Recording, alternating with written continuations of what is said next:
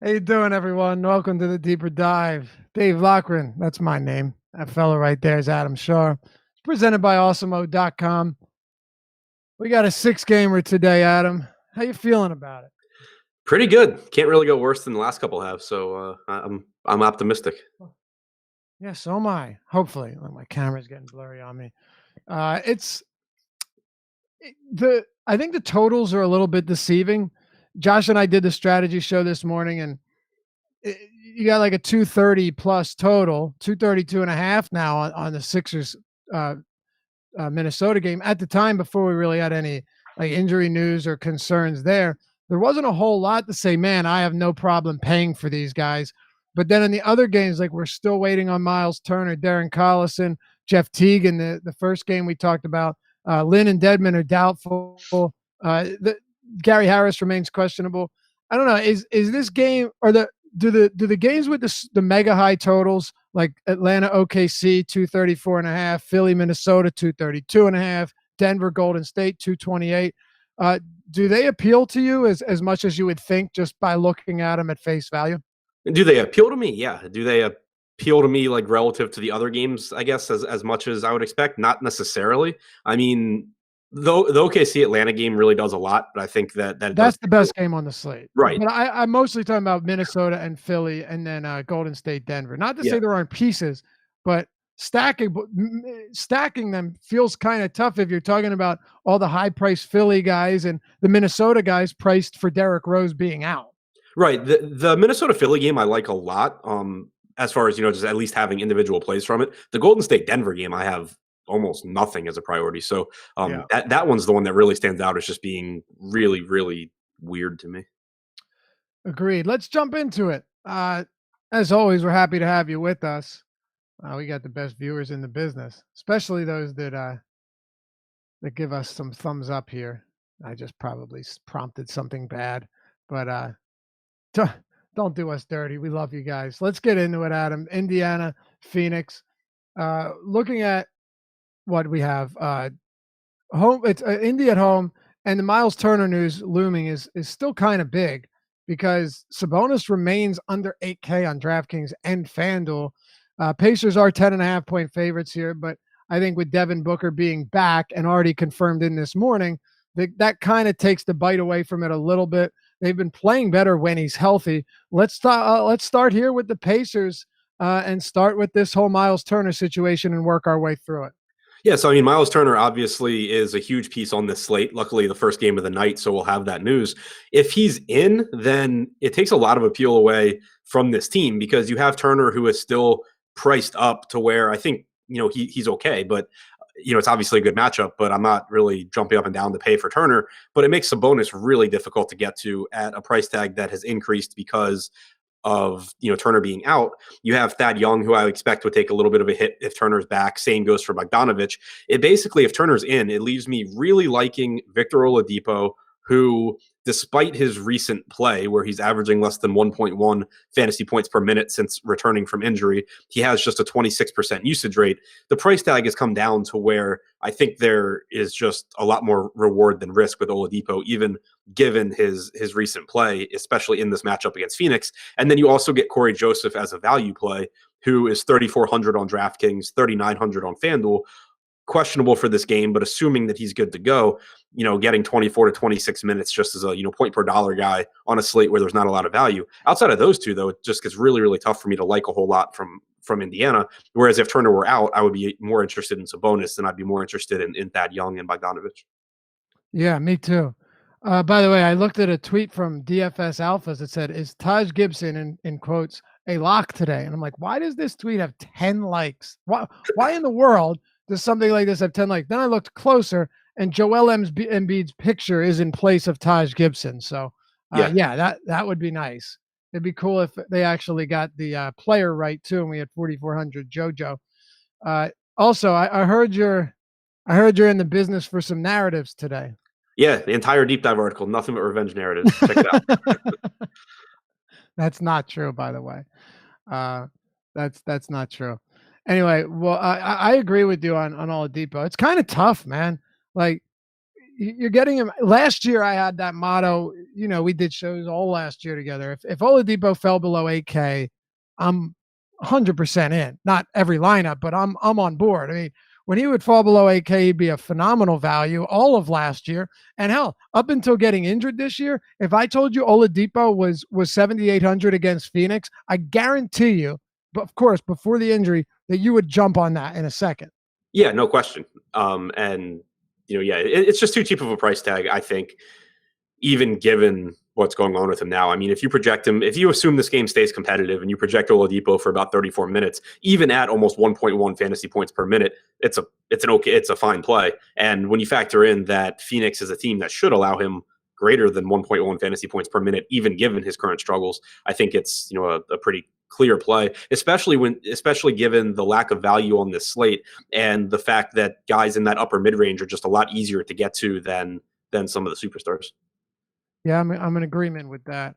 If Turner's out, though, I do still this price on Sabonis against DeAndre Ayton and this Phoenix front court is really nice. We'll just have to wait on that. So Sabonis will be a guy that I'd have quite a bit of interest in. The rest of the Pacers team, you kind of broke it down there a little bit going through them. Does anyone stand out to you as just a very, very good play here, or are most of them secondary plays for you? If Turner's out, let's say if Turner's out. Yeah, so if Turner's out, Sabonis would become a primary play for me. I think that would probably still be it. Like, I would boost Thad Young a little bit, but I still have him playing 34 minutes even if Turner's in, so I don't think it would be a huge boost. You would see Bogdanovich, maybe get another percentage or two of usage, but nothing crazy there. So I think it would still basically just be Sabonis joining Oladipo as a primary play for me. Yep, I'm with you. On the other side of this, Devin Booker returns to action. He was out for a while, came back, then he's been out since the 6th. So he's been out for about almost 10 days here. He returns for this meeting with Indiana. They're 10.5-point dogs. What do you make of Booker? We'll start with him. $8,400 on DraftKings. On FanDuel, Booker is the highest priced shooting guard at $8,500, but positions actually it's I don't want to say everyone's underpriced because that's not the case, but it's kind of flat pricing when you look from like a Devin Booker down to an Andrew Wiggins. Yeah, so the Phoenix rotation in general today, I think, is kind of a guessing game because we've had Quincy Acey added to the team since Booker was gone, and then we've had just the rotation change. So kind of a guessing game, but I have Booker in for 36 minutes right now, and I haven't seen anything on a minutes limit for him or lack of a minutes limit, but there have been 2 times already this season where he's missed, a week and a half, 2 weeks. And both games he came back and played 36 minutes in his first game back. So unless we see anything saying that that's not going to happen, that's where I'm projecting him. I still don't really get to him on this slate because it is just a really unappealing matchup against a good Indiana defense. Booker obviously can go nuts against anyone, and it makes him, a fine tournament option. But as far as prioritizing him, I'm just not getting there. Where it kind of gets messy, though, is like with the rest of the rotation, with Kelly Oubre, DeAnthony Melton, Josh Jackson, trying to figure out their minutes. So with Booker coming back, I have those guys. I have Oubre around 26 minutes. I have Jackson around 22, Bridges at 24. It really just makes almost everyone on this team unappealing, with the exception of TJ Warren, specifically on FanDuel at 6K. And to some extent, DeAndre Ayton at 7,100 on DraftKings. When you think about it, there are 3 teams on a 6-game slate where potential players returning makes the rest of the team hard to get to. Phoenix is one of them with Booker. A lot of them priced with Booker being out. As you just pointed all of them out, I won't go through the salaries again, but obviously guys like Jackson and Oubre would never be that priced with Booker healthy. And then you have the Indiana players, save for Oladipo, but the front court guys priced up for Myles Turner being out, and then Minnesota priced up for Derrick Rose being out, who's the highest usage player on the team. So we kind of have to navigate this differently than we would, and at least we're going to get those 3 teams out of the way early. So with that said, are all of these guys tough to get to, and is Booker someone you're interested in? Yeah, I mean, it's tough to get there. Booker, if you want to force him into a percentage of your tournament lineups, if you're playing a bunch of lineups just to be overweight on, an $8,500 guy who can score 55 or 60 points, I'm not going to talk you off of it. I don't think I'm getting there. I think that there's just other spots where I'm probably going to be different on this slate that I don't need to because I just have guys around him that I like more. But outside of that, I don't really think there's a strong argument for Booker in this matchup on this particular slate. Yeah, that's where I'm at too. I don't think you need to get there. If you end up on him, and I know we say this a lot, but if you end up on Booker, you could end up on a lot of worse places than Devin Booker. But forcing him in there is going to be a difficult task as well. You want to move on to the next one? Yeah. Let's talk about Philly and Minnesota, because earlier in the day when Josh and I discussed this, there was still a lot of question marks, but Jeff Teague wasn't actually questionable. He did go through shoot around. He's questionable now. Derrick Rose is probable to play. This game has a 232.5 total, and I would be remiss, of course, to not mention Jimmy Butler faces Minnesota for the first time since the trade. To be clear, this is not in Minnesota, so I think it takes some of that shine off. And then Dario Saric will face Philly. I'm sure Saunders is just going to give him 35 minutes because of this, because that matters more than winning. And Robert Covington will get his revenge from the sideline. Maybe he'll stick his foot out or something and trip Embiid. I don't know, but we'll start with Philly here. You've got Joel Embiid at a clear high price point. Not to say he isn't in play. Jimmy Butler 76 on DraftKings, 82 on FanDuel, and I think some of that on DraftKings seeing the price come up has to do, simply with the fact that Embiid had been out a few times lately and his ownership had gone up. So, and Simmons has looked great lately, but he's up to 9,400 on DraftKings, and now on FanDuel he's 10,000 flat. Adam. Yeah, pretty expensive pricing on the Sixers here. You mentioned it at the top of the show, and I agree with you. Butler's price tag, I think there's still upside for Butler here. It has nothing to do with a narrative against Minnesota. But since the trade, we've seen Butler be inconsistent on a game-to-game basis. But overall, since the trade, and we're talking basically 2 months now, that trade was on November 14th, Butler has about a 24% usage rate, and he's averaged right around a little over a fantasy point per minute. I think he plays 35, 36 minutes here, assuming a competitive game. And that still gives him some upside at this price point against a Minnesota team that is looking to play faster, is missing their best wing defender in Robert Covington. I certainly think there's a path to a good game for Butler here. And I like that he comes in at a much lower price tag than Ben Simmons does at this point. When they're similarly priced or within, $500 or $1,000 of each other, I'm basically always going to like Simmons. But now when you start to get the price difference between them, I'll take my chances on Butler. So I do like Butler. I love Embiid. I mean, center is a really interesting position on the slate with Embiid, Towns, and Jokic all going and all priced very, very similarly. Mm-hmm. But I like the matchup a lot for Embiid. He's averaged about 1.5 fantasy points per minute since the trade, has a 33.8% usage rate over that stretch. It's not a matchup against Towns or Gibson or anyone on Minnesota that concerns me. So I like Embiid. It's just between those centers, I'm going to end up just playing the most of whichever one I think is going to be lowest owned. And so that'll involve, ownership projections closer to lock. But a really good spot for these guys. It's just that Embiid and Simmons are priced up a little bit, whereas I think Butler is still more affordable. Right. He is. You're trying to think of the best way to phrase this. So with Embiid and Simmons, is there still room to have a ceiling game would be the question. The answer is yes. Simmons has 60 plus in back-to-back games. He's been, as I've been pointing out, a lot more aggressive recently. He's coming off a 22 rebound game. Like the guy can give you those big games. But what are you willing? Here's the best way to ask you, Adam. I think this is, we can make a quick discussion of this and close it out. What are you willing to sacrifice to get to guys like Simmons and Embiid? You talk about Jokic and Towns up there. Like, how much are you willing to sacrifice of that to get to Embiid? 20% Embiid, and then and you'd feel comfortable with that. Because I think that kind of gives us an idea of how restrictive the price points are when it comes down to, would we much rather play these other guys that are closely priced or cheaper than them? Yeah, no, I agree with you entirely. In between Embiid, Towns, and Jokic, I really have no preference. They project within a couple points of each other. I'll just play whoever's lowest owned. With Simmons at 10K on FanDuel, I'm not all that interested because especially because you don't have the double-double or triple-double bonus. 9,400 in a vacuum on DraftKings would be really appealing, especially because he has multi-position eligibility and you have the bonuses. But when you compare him across positions to someone like Paul George for $200 less, Right. unless you're talking about ownership, which obviously is very important in tournaments, but when we're just talking about it, from an optimal standpoint, you can't really convince me that Simmons is a better play than Paul George. And not even cross positions. He's eligible at small forward too. Yeah, good point. So right, okay. So we're on the same page here. Now, just to clarify, and you brought up a good point. I think Simmons at 94 on DraftKings is still very much in play. It's just how much do I get to based on am I going to end up with guys that are better plays at better prices?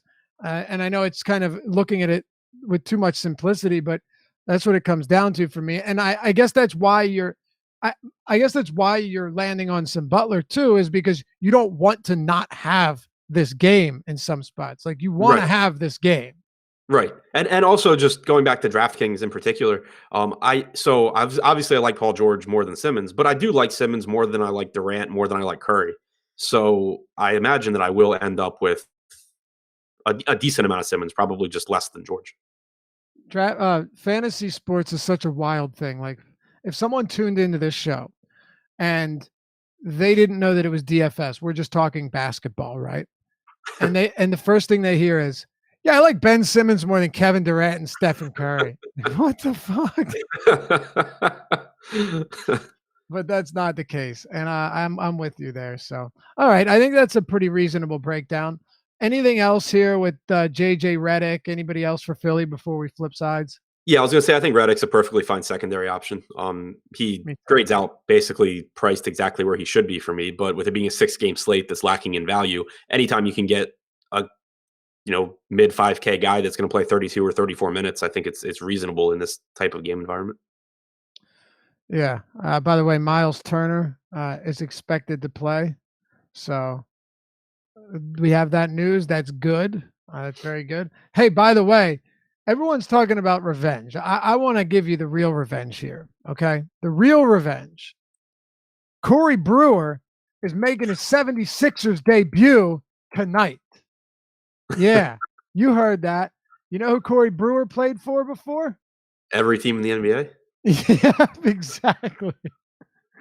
Exactly. Corey Brewer making his debut. He played for Minnesota back in 2007 through 2010. So I'm sure he still has some feelings. He was with them again in 2013, 2014. I'm sure he was with them some other time. Oh yeah, and then he was there again in 2010.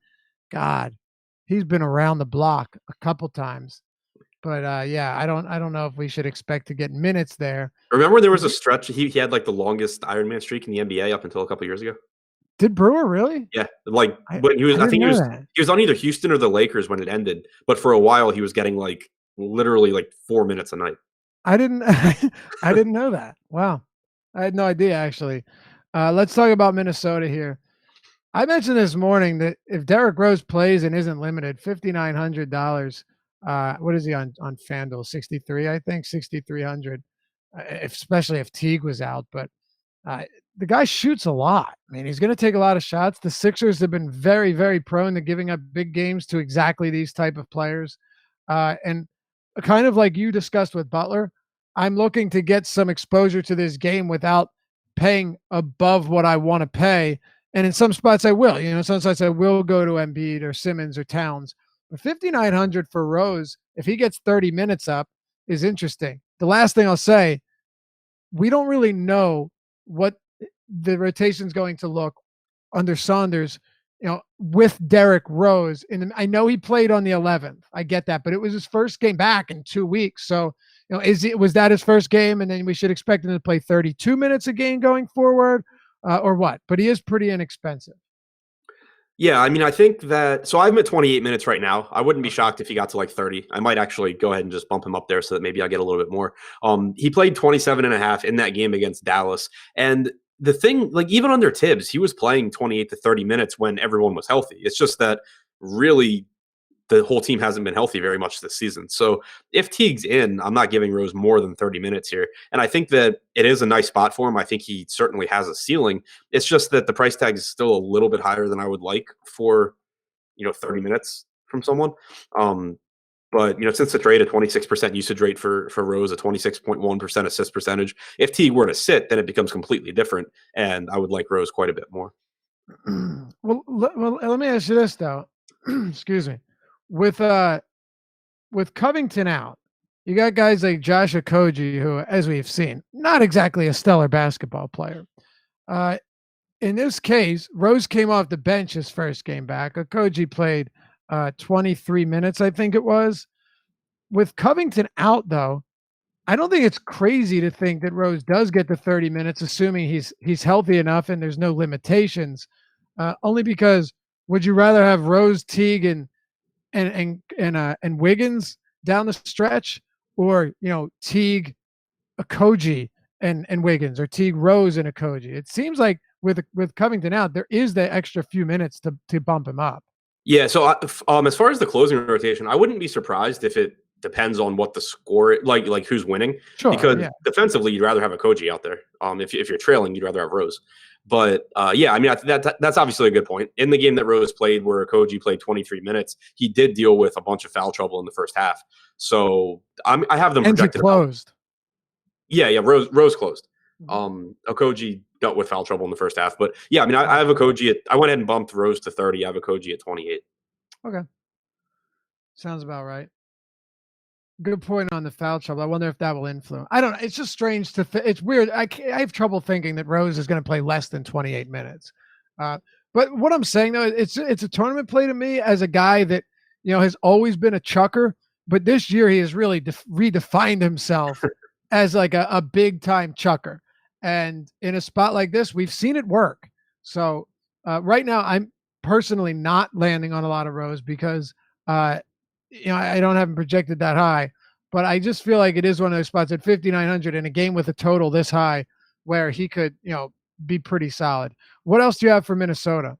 Taj Gibson, even though he's not Joel Embiid, as a value play, especially on FanDuel, he's the same price on DraftKings and FanDuel, 4,400 on both sites.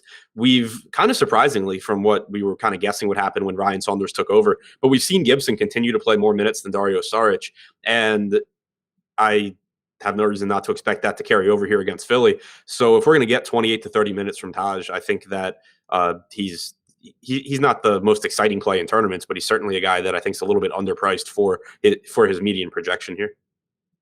Josh said that Brett Brown should start the game with Butler on Towns just to mess with the poor guy. Just like a couple possessions, just throw Butler on Towns, have him whisper something real insulting in his ear, get him off his game, block him at the rim. I don't think that'll happen, but it would be pretty cool. Yeah, I don't think that'll work. The funny thing is, like, how often do you think DFS players emphasize revenge more than the player himself that's going into that situation? It's probably pretty similar to how like DFS players talk shit to each other on Twitter, and people that aren't like that don't know just assume that we all hate each other, when in reality, like 90% of us are friends. Yeah, and it's probably the same way for like NBA guys. Like there are, I don't think Butler and Towns are friends, but like more often than not, these guys are probably just they don't really care. That's a good comparison. On the outside looking in, if you saw people in the DFS industry talking, you would think that they're enemies, but yeah, it's not the case. So, do you want to move on, or is there anyone else from Minnesota? Did you? I mean, we didn't touch on Cat, so that's why. Yeah, I'd like to talk about him. Yeah, so out of the group, again, comparing him to Jokic and Embiid, there's a really good chance Cat plays more minutes than the other two, which obviously makes him really appealing. It's a nice matchup because as good as Embiid is as an individual defender, we have seen bigs against Philadelphia have plenty of success all season long. The pace of this game obviously is very, very appealing, and Cat has just been an absolute monster since the trade. He's averaged 1.5 fantasy points per minute since the start of December, 1.45 since the trade in mid-November. Since the trade, a 28% usage rate, just shy of a 21% rebounding percentage. There's really nothing here not to like about Cat. It's just, again, he projects very, very similarly for me to Embiid and to Jokic. So I will either have my ownership basically spread between them, or if one of them becomes much more popular than the rest, I'll just go with the other two. Fair enough. Uh, by the way, you talk about what he's done since the beginning of December and since the trade. Yeah, the numbers have no doubt been spectacular. And we've seen some monster performances from Cat, like rivaling everyone not named James Harden. With Derrick Rose on the court since the start of December, 278 minutes, 26.6% usage, and 1.4 fantasy points per minute. So it's not like he's seen a significant downtick in minutes or in production with Rose on the court. I still think it affects him. I would rather Rose not be on the court because, over those minutes, you have Rose with a 1% usage rate lower than him at 25.6. And then you have Wiggins all the way down there at 19%. It's really these two guys that eat up a lot of that usage. So Yeah. Just throwing it out there. And also as far as the effect Rose has, keep in mind that with Rose coming off the bench, there's going to be 10 to 12 minutes that Towns sits in this game, and Right. Rose is going to play most or all of those. So you're still going to get plenty of Towns without Rose on the floor. Right. Yeah, and you should get a little bit of Rose without Towns as well. With Teague on the court with them, 109 minutes, Towns' usage goes up to 28.4 fantasy points at 1.41. So the usage, I think, is a little noisy there. I'd expect it to stay the same. It's pretty much just saying that Teague doesn't really have much of an effect whatsoever. Yeah, Teague affects the assist numbers from Cat. Right, exactly. But even in that case, we're not playing Cat for the assist, but it was a nice bonus when he was doing it. Right, exactly. Yeah. All right, so right on time, right on cue here as we segue into this Atlanta OKC game. By the way, Corey Joseph is available to play. So is Darren Collison and Myles Turner confirmed active. But with Atlanta, we've got Jeremy Lin, who is a late doubtful. Early in the day was probable, then doubtful. He's out with an illness, ruled out. Dwayne Dedmon, ankle injury, ruled out. And as expected, John Collins and Taurean Prince are both active here, but no Dwayne Dedmon, no Jeremy Lin. Home game against OKC, 234.5 total, 9.5 point spread, of course, in favor of OKC. Let's start with the Hawks here and try and sift through this mess. Yeah, so obviously a really appealing game in terms of pace. You have Atlanta, who over the last month ranks 4th in pace. OKC is 2nd. OKC, obviously the much, much better defensive team. But there is some value, at least, from this Atlanta team. DeAndre Bembry, 4,500 on DraftKings, $5,400 small forward on FanDuel, should play probably about 34 minutes. He's averaged 33.2 over the 5 games he started. Now you have Jeremy Lin out, which I don't think it is a huge boost in terms of his playing time. I expect Tyler Dorsey and Justin Anderson will pick up most of the minutes, but at the very least, it secures the playing time for Bembry and probably does give him more ball handling responsibility as well. So I think in cash games, especially, he's a good play. In tournaments right now, last I checked, I haven't refreshed it. Last I saw, we had Bembry projected to be the highest owned player on DraftKings. If that's the case, I'm fine being underweight in tournaments just because I don't think he's all that likely to kill me. I think that there are pivots I can get to. You're damn right. Yeah. So just keep that in mind. He's certainly a guy that you can be underweight on, and hopefully he doesn't go for like 35 fantasy points. We still have him as the highest projected right now. Not sure when the last update was done, but on DraftKings we have him at 44%. Okay, so it's actually gone up. Yeah, and on FanDuel we have him as the 23%, but actually Omari Spellman as the highest projected owned player, 49%. He's minimum salary. But right now on DraftKings, you ready for this? The top 5 highest owned projected players right now are all for Atlanta. I saw that earlier. I thought that I clicked on like the turbo slate projections or something. No, there's people are going to do. The odd thing though, it's kind of funny to me. Who isn't one of them? Kevin Huerter. No, he's second. Alex Len. Yeah, I was gonna say I like Len a lot in tournaments. Jeff Teague expected to play. Ownership was updated at 5:15. Cool. Beautiful. Okay, so we got it's current. It's current. But yeah, 5 of them, Adam. I'll do it in order here. Bembry, Huerter, Young, Collins, and Spellman. And there's no question on a 6-gamer that doesn't have a ton of value elsewhere. They're going to be very popular. And if you want to check these out, you want to check out our ownership projections, which have just been super useful for me. And I know you since coming to Awesome. They've been it's an awesome thing to have. but also the deep dive article that Adam and I do each and every day. Comprehensive breakdown of every slate, whether it's 2 or 3 games or 12. We got you. Ownership projections, as I mentioned, the lineup builder for every sport. And of course, Alex Baker, Awesemo himself, his rankings, projections, our other projections and rankings from Fast Eddie Fear, and basically content for every sport. Our PGA stuff is also really, really cool. So if you want to check it out and you haven't seen it yet, and you're tired of just looking at the couple of free pieces of content each day, go to awesemo.com. On the homepage, you'll see Join Now. Click Join Now. It takes 2 seconds, literally 30 seconds to do all of this. Pick out your plan, and then when you check out, put in the coupon code Deeper Dive. It's one word, Deeper Dive, all one word. Get 50% off your first month. So cut that first month in half. All you have to do is use the promo code Deeper Dive, not 2, but one word, and we hope to see you over there. I think you'll like it. Of course, you get Slack as well, where you can get to us and talk sports all day long. All right, Adam, back to you. All right, yeah. So Bembry, there is, especially on DraftKings, one pivot that I love that we'll get to later on, at a similar price point. But so Trae Young, in the last 2 games that Lynn missed, we got 32 and like 34.5 minutes. I think we certainly could see plenty of playing time from him, assuming this game stays competitive. It's a tough matchup, but the minutes are the most important thing with him. You don't have Jeremy Lin stealing them, which is really, really nice.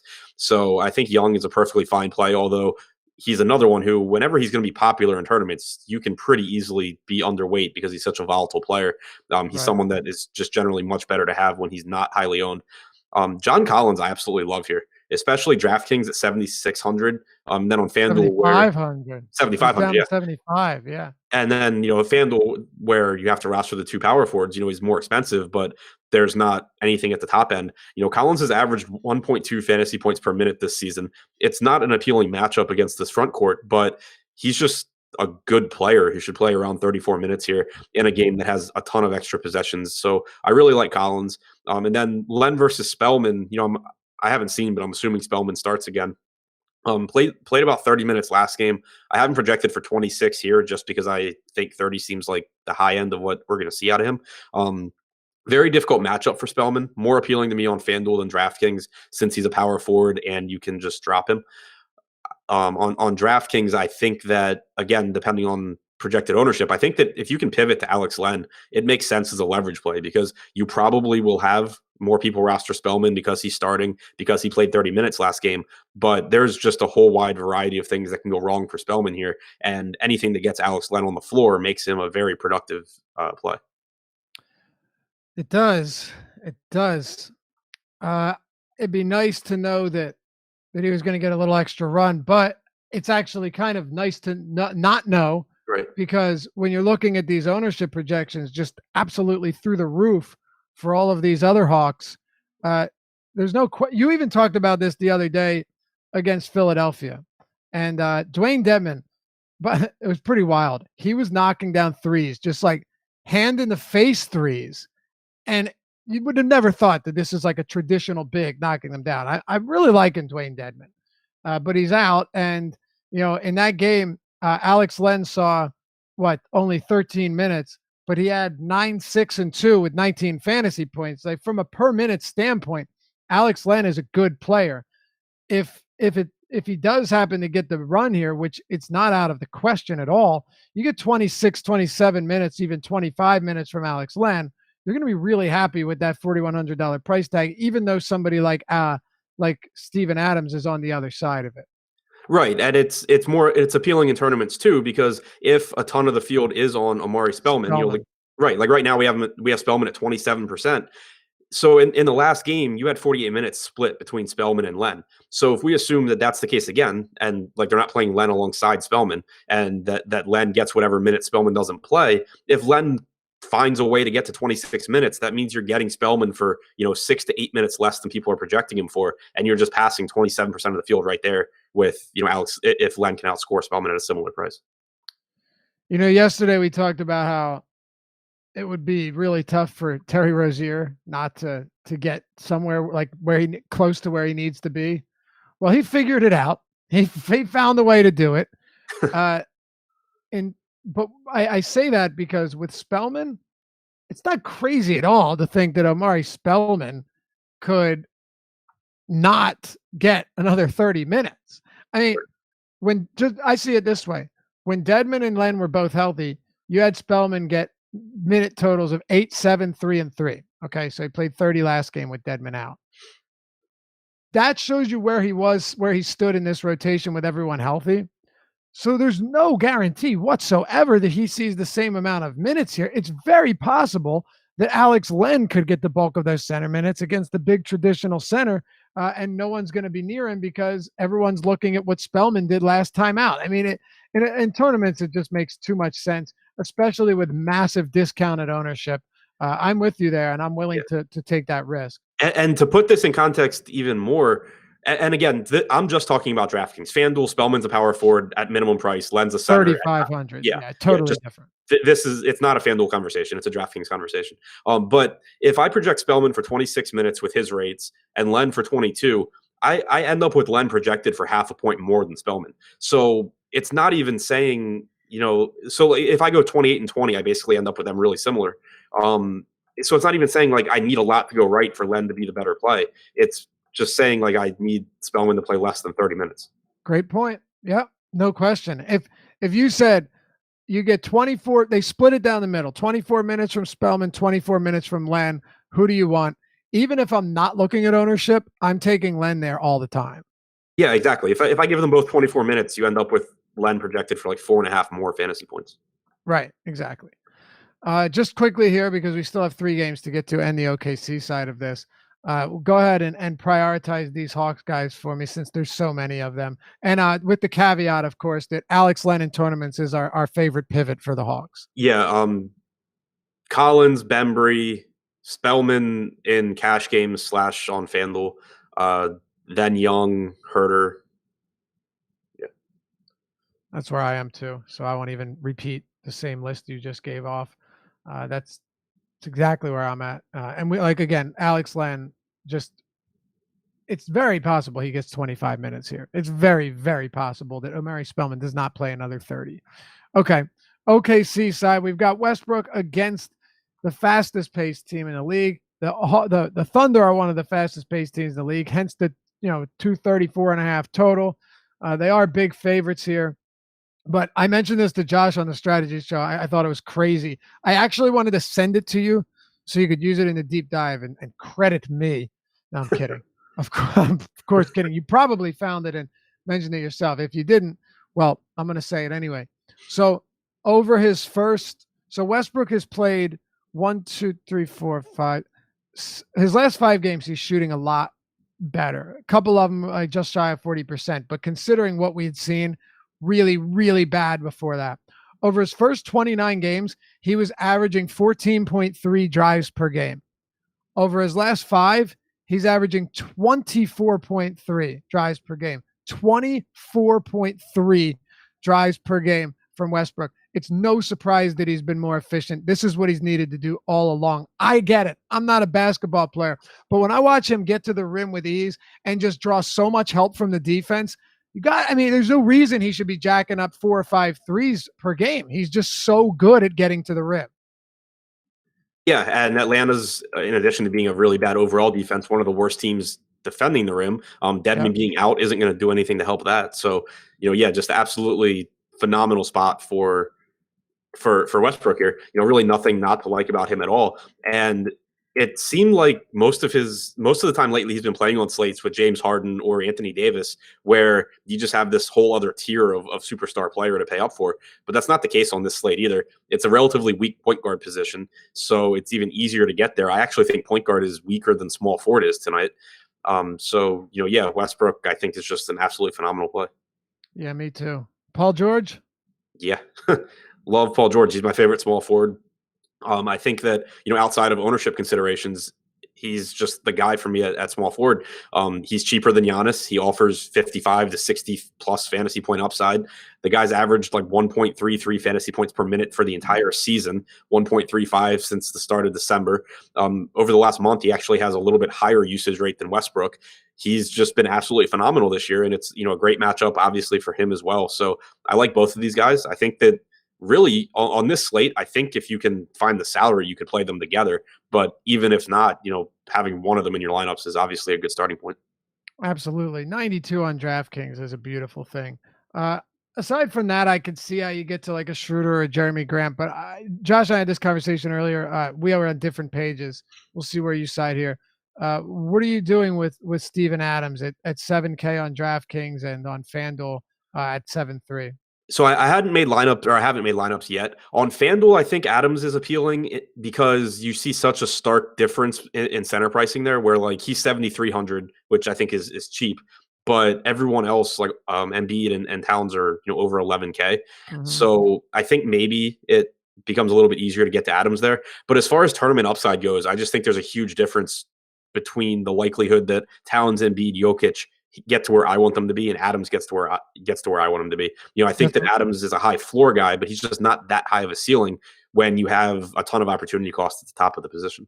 Okay, so yeah, that's where I'm at as well. I basically, just to reiterate, I mentioned in cash, I think you're pretty safe playing somebody like Adams, but playing on the same team as Westbrook for almost all of your minutes, yes, he's a guard, but it does cap your ceiling here. I mean, they give Westbrook free rebounds all of the time, and they've been doing it for years. There's articles about them padding his rebound stats, but like even in a good spot, I still think Westbrook will do enough to make, and he always does, to make it so Adams gives you a good game, but not a game where at 7K you're saying, yeah, I think he's going to go for 50.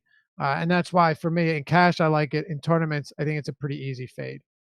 Yeah, I'll have him in tournaments. Like he's my favorite mid-range center. Okay. Anything else for OKC? Schroeder, I think, is too cheap still for this slate. He's been really bad lately, but it's obviously a great matchup for him. Should see around 28 minutes. Hawks will start Young, Bembry, Herter, Collins, and Spellman. All right. So Dave said, can we play Collins with Spellman? Yeah, that's fine. What I wanted to ask, and I almost forgot, playing Len and Spellman together is a question I've gotten, and it's not something I want to do because I'm playing Len to get away from the high ownership on Spellman. Right. I'm playing Len hoping that he finds a way to play 26 minutes, and the way he Right. finds a way to play 26 minutes is something happens with Amari Spellman, whether it be foul trouble or he just dies against Steven Adams. So yeah, they play the same position. I don't anticipate seeing any Spellman plus Len lineups, whereas Spellman will play alongside Collins, so it's fine. Exactly. And in case you want, like last game, there was, I think, 1 minute at center that wasn't taken for, I believe by looking through it, I think Collins played 1 minute at the 5. Right. Literally, he played 1 minute at center. Yeah. All right. We're going to probably burn through this one pretty quick. Milwaukee, Miami, the Heat, right? Well, Miami's a 9-point favorite, 218 total. Miami's just a shit show right now. I just don't really have much interest in getting there unless you want to throw a dart at James Johnson and hope he gets another 30 minutes guarding Giannis like we saw him do last time they played. It's just not a team I can get much heavy exposure on anywhere. What about you? Yeah, I mean, I'm glad you mentioned Johnson because, again, it's not a priority, but it is something that we should talk about just because if you're going to look at it in terms of defensive assignments, James Johnson defending Giannis makes a hell of a lot more sense than Kelly Olynyk. But I just don't really know how Spoelstra is looking at things right now. We haven't seen Johnson play into the fourth quarter basically at all recently. We are basically seeing him play like musical chairs on who DNPs every night or plays 6 minutes. If you're following the rotation, that it would be Derrick Jones Jr.'s turn tonight. But again, from a defensive standpoint, he makes more sense than Kelly Olynyk does. So maybe Olynyk sees fewer minutes. I have no idea. I don't see the need to go to any of these guys unless it's to get a little bit of James Johnson at a really cheap price tag and hope that he just matches Giannis. Right. That's pretty much where I stand too. This game in general, though, doesn't do a whole lot for me. Why don't you just, in all, talk to me about it so we can move past it. If there's anyone you really like, we can get there too. Yeah, I mean, really like would be a huge stretch. I think Josh Richardson and Justice Winslow are the two guys that I'd probably get some of here. Winslow obviously has been much better since he's been playing point guard for Miami. Since the Goran Dragic injury, you have a 23% usage rate for Winslow, 25.5% assist percentage. So he's fine. It's a pace-up spot against the good Milwaukee defense. Richardson should play 34 to 36 minutes. He's a little underpriced, but again, it's a tough matchup. So those guys are more like filler for me than anything else. You want to move on then? Yep. All right. Let's talk about the Denver Nuggets at home against the Golden State Warriors. 228 total. Warriors 1-point road favorites here. We'll start with Denver. Gary Harris remains questionable in this one, so we don't know what's going on there. Will Barton's back in the rotation. If Harris is healthy, then it's just going to be an absolute mess at those wing positions. So I figure we'll start with Nikola Jokic and make it easier on us. Yeah, I think he's like the only guy worth having any sort of high exposure to on Denver, or really in this game, I guess. But yeah, I mean, as the team gets healthier, I don't expect it to affect Jokic's role. I think it could affect his playing time a bit. That you'll see more 32 to 34 minute games than 36 and 37 minutes. But outside of that, I mean, you're talking about the guy who, for the season and over the last month, has led the team in usage, in assist percentage, and in rebounding percentage. Just absolutely a monster in terms of production. He's athletic enough to stay on the floor perfectly fine here against Golden State. There's no real reason to dislike the matchup from that standpoint. So very, very similarly projected to Embiid and to Towns for me. But I really like Jokic. So do I. It's hard not to like this guy with what he's been doing recently. He's just he produces everywhere, and he's one of those guys that even if he's not scoring, he's going to give you numbers. It's like a stock that pays dividends. It can be in the tank. It could be just really just moving sideways. You don't like what you're seeing, but you realize you're still getting money out of it. And Nikola Jokic is similar to that. I like that. That little comparison there. He really is like he could shoot really poorly and still give you a triple-double and 60 fantasy points. There aren't a lot of players that can do that in this league. So it just puts him in play every single night. The rest of Denver is a whole lot more difficult to decipher, Adam.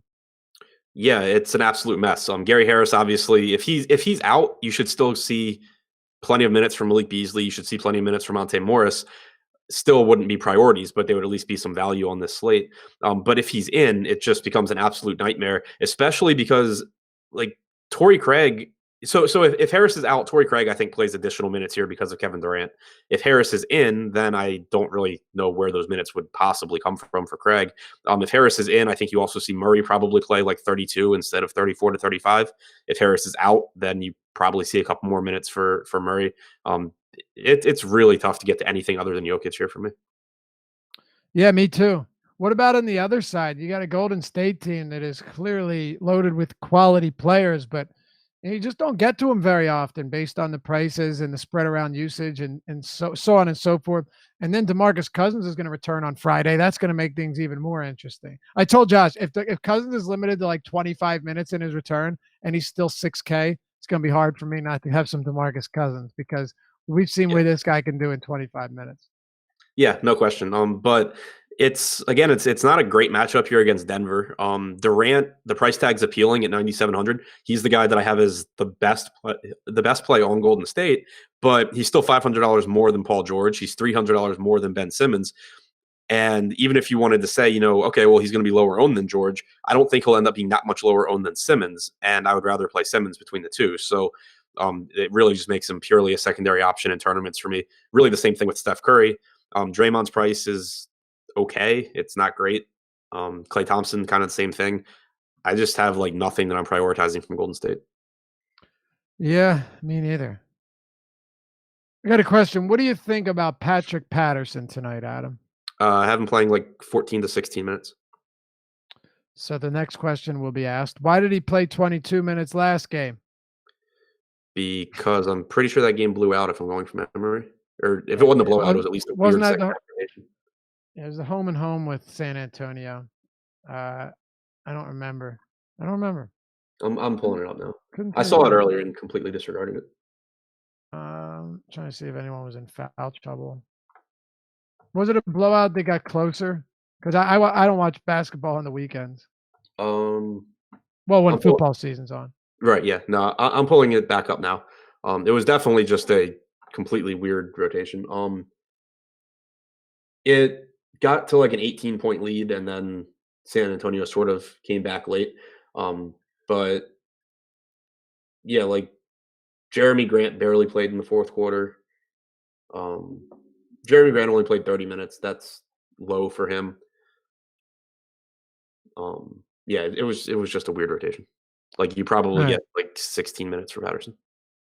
All right. Thanks, Anthony Hooks. My man. He said amazing analogy. And then Rob Mingle said, stick to your day job.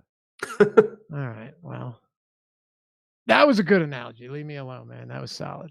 One more question, then we'll finish it out here. Trae Young, Kris Dunn, or Lonzo on FanDuel? I like Dunn the most. All right. So do I. Look at that. I think they're all in play, but they're all really similar, but I like Dunn the most. Very similar.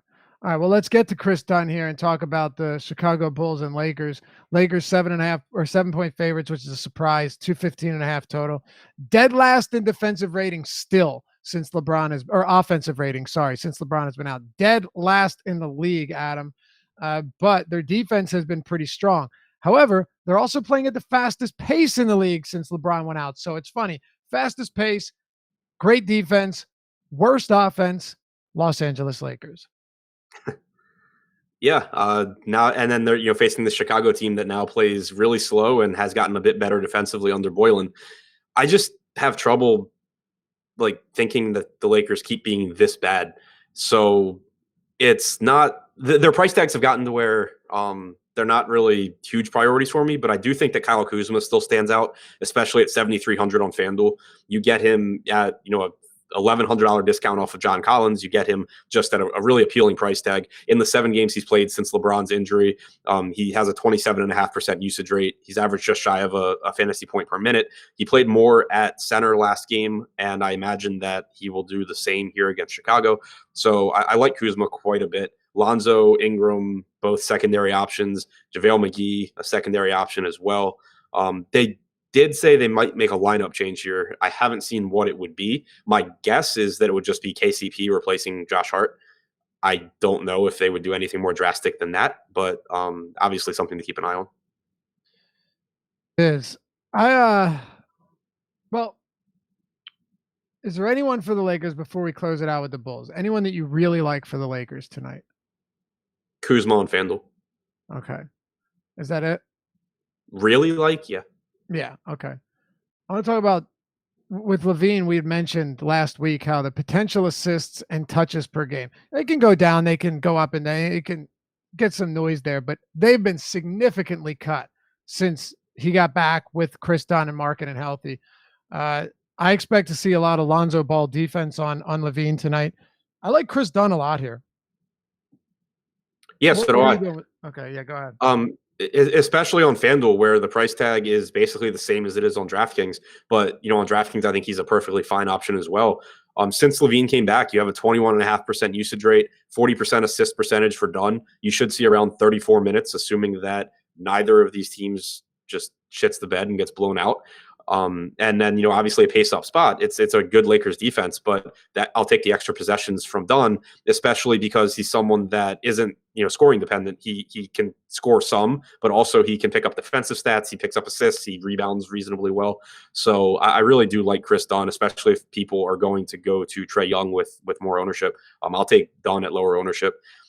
LaVine is purely a secondary option for me. Lauri Markkanen on DraftKings, I like. 6,100 is a really fair price point. But the guy that I'm really excited about is Bobby Portis in tournaments. Obviously a really, really risky play, but sat out last game with elbow soreness, will play today. Before the last game that he played, they said he could play up to 28 minutes. He played 17 in a blowout. Then Robin Lopez was told he's going to lose minutes and got in a fight at practice and was kicked out of practice.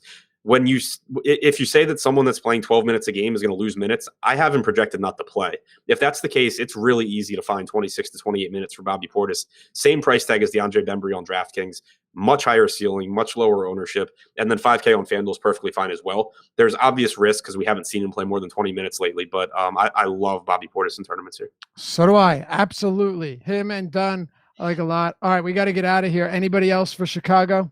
Carter in tournaments, but Portis is better. I agree with that. Yeah, Dunn and Carter, or Dunn and Portis there. Absolutely. Well, there you have it. 6 games. Wish you guys the best of luck. We got the best viewers in the business. We really appreciate you guys helping us grow this show on the channel. We've been seeing the numbers climb a lot lately, and it's all thanks to you. So it doesn't go unnoticed. We appreciate you a whole lot, and we hope you have a great night tonight. Win some money. We'll see you back here tomorrow on the Deeper Dive. And before you head out, hit that thumbs up, like the video if you appreciate and enjoy our content. Subscribe and hit the notification bell so you know when all of our shit is dropping. All right, good luck. We'll see you tomorrow. That's me not cutting you off. Good work, Liz. I was hoping so. No.